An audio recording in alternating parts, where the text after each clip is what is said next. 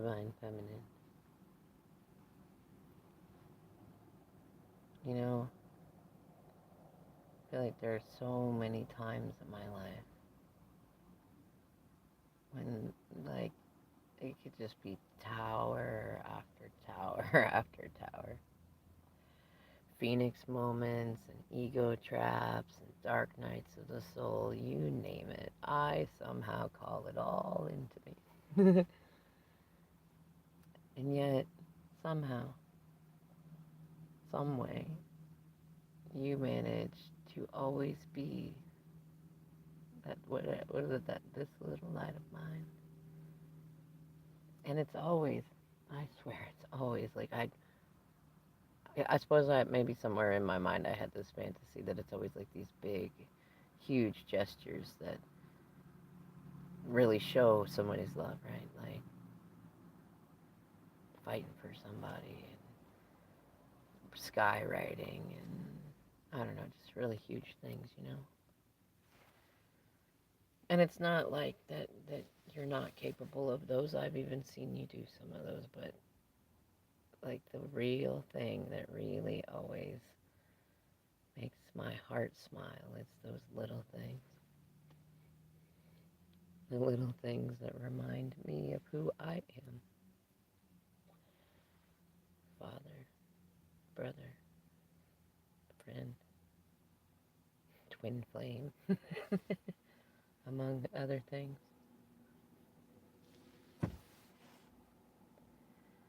I don't know, feminine, you know, I feel like I'm probably, I mean, I know you're well aware of things going on, and like, I'm probably at one of the peaks of the worst points in my life. And it's not, I mean, I guess it's not all bad. There are some ways and some things that are good, but I mean, it's really been, I suppose it's one of those where, you know, you go through parts in your life that you think are bad. And you say that phrase, what's that phrase? Well, it can't get any worse. And I feel like my life's been like one of those, well, it can't get any worse. And then it does. And then it does. And then it does. And then it does. And yet, I feel like somehow you're always there, even when you are not there. I've questioned myself so many times if I am just crazy. Because I swear I talk all day long with you in my head. And then, like, in moments when, say, like, I just got to get out of the chaos and crazy, and I'll go for a drive, and there'll be some sign or bumper sticker or license plate or billboard or something that reminds me of something you would say in moments past when I would ask my divine feminine, what do I do about this? How do I handle this? How do I make it through this? How do I overcome this?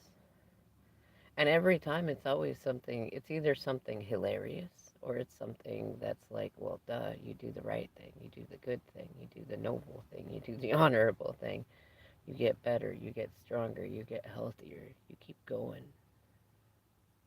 You fight for what you love. You know, not in a piratey way. You fight good ways. And then there's also like that, I swear that you're that part of me that remembers to love the sweetness. That, yeah, it's good to be practical in different times and different ways, but it's also it's also important to remember the things that make our heart smile. My heart smile. The chicken nuggets, the candies, the little guitars, the books, the stuffies, the long walks to nowhere, the nights just sitting around not talking about anything in particular, the nights with quiet tears, the nights with loud tears, the nights with plans that didn't go quite where we wanted them to, the nights that plans went the way we wanted them to, and it was a great success. All those little things, the notes, the special days, the little things that I still keep with me that I cannot seem to let go of. No one can take from me, not even you, that I would have never thought that I would have held on to. But they matter. no matter, like, I feel like we've been put through so much and put each other through so much that there are some things that I have from you that I've told myself, even if you change into an entirely different person, even if we end up hating each other, I'll never let these things go because they remind me of what was and what I wish I had held on to and put more into. There are days, feminine, when I look back and I'm like, I was such a cynic. I didn't believe that true love existed. I thought you were just young, I guess, naive, or maybe you had a better life than I did. You had more access to certain resources that I never did, and that maybe you couldn't understand how the reality of life worked. And then I thought maybe you just couldn't understand my reality. Maybe I didn't understand yours and you didn't understand mine because yours seemed to work just fine. But I didn't trust it. I didn't believe in it. Now I've watched you. I've watched myself and I've watched everyone around me. And I've seen you rise and rise and rise. While I feel like I have sunk and sunk and sunk. And I've risen up here and there. You've seen it. I know, and I've heard from you about it when I rise and then sink again. But I feel like comparatively, I cannot compare. You are incomparable to anybody that I know, and yet also not. I see others. I see you gathering others around you. I see people coming to me. I see the shirts changing in the department stores and the Walmarts and the Targets that are saying things that you used to say all the time before it was a cool, before it was a bandwagon thing. And I see things going on in the world that were things that you once started preparing for. And I don't know that I ever thought you were crazy for it, but it just seemed like there wasn't any real reason to at the time. But you've always been that intuitive, divine feminine of mine. And the young, arrogant, masculine, I don't know if I'm divine, but sure, masculine in many ways. And I did not think of like the grasshopper and the ant, the grasshopper who did not prepare, did not store things away, or the ants and the squirrels did. And here you are, and like, you may not have a lot, but you have more than me, more in your heart, certainly.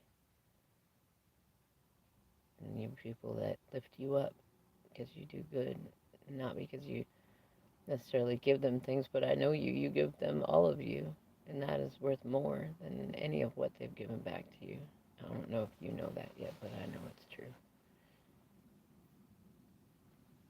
And I don't know, I think back to where we were before the separation, and I think, God, what an idiot I was. To run away and get entangled in karmic messes and circuses to prove points, to try to make it look like I was a catch that you let get away. See, arrogant I can be sometimes. And I think now, and I look at you, and I look at my life, and I think, that's definitely the one that I let get away. While I was sitting here trying to play house, trying to work on only 3D things, money, status, and I got none of them. Like, and just like you've told me in the past, like everything slips through your hands like sand until you can face your emotions, until you have them in a healthy space. And you know what's funny? No matter how many times I get into those dark, shadowy spaces in my mind, then I laugh because I know you'd always say something silly like, "You always get there when you're ready to. Don't you worry, you'll catch up in the perfectly imperfect timing like you always do."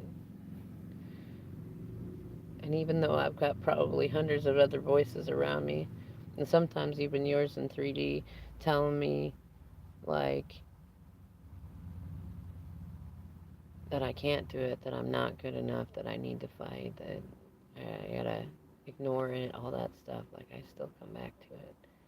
That little voice that reminds me I can do it, that I am good, I'm better. I don't know. I don't know, divine feminine. But tonight I'm thinking about the little things. That always brings me to the place where I think about you.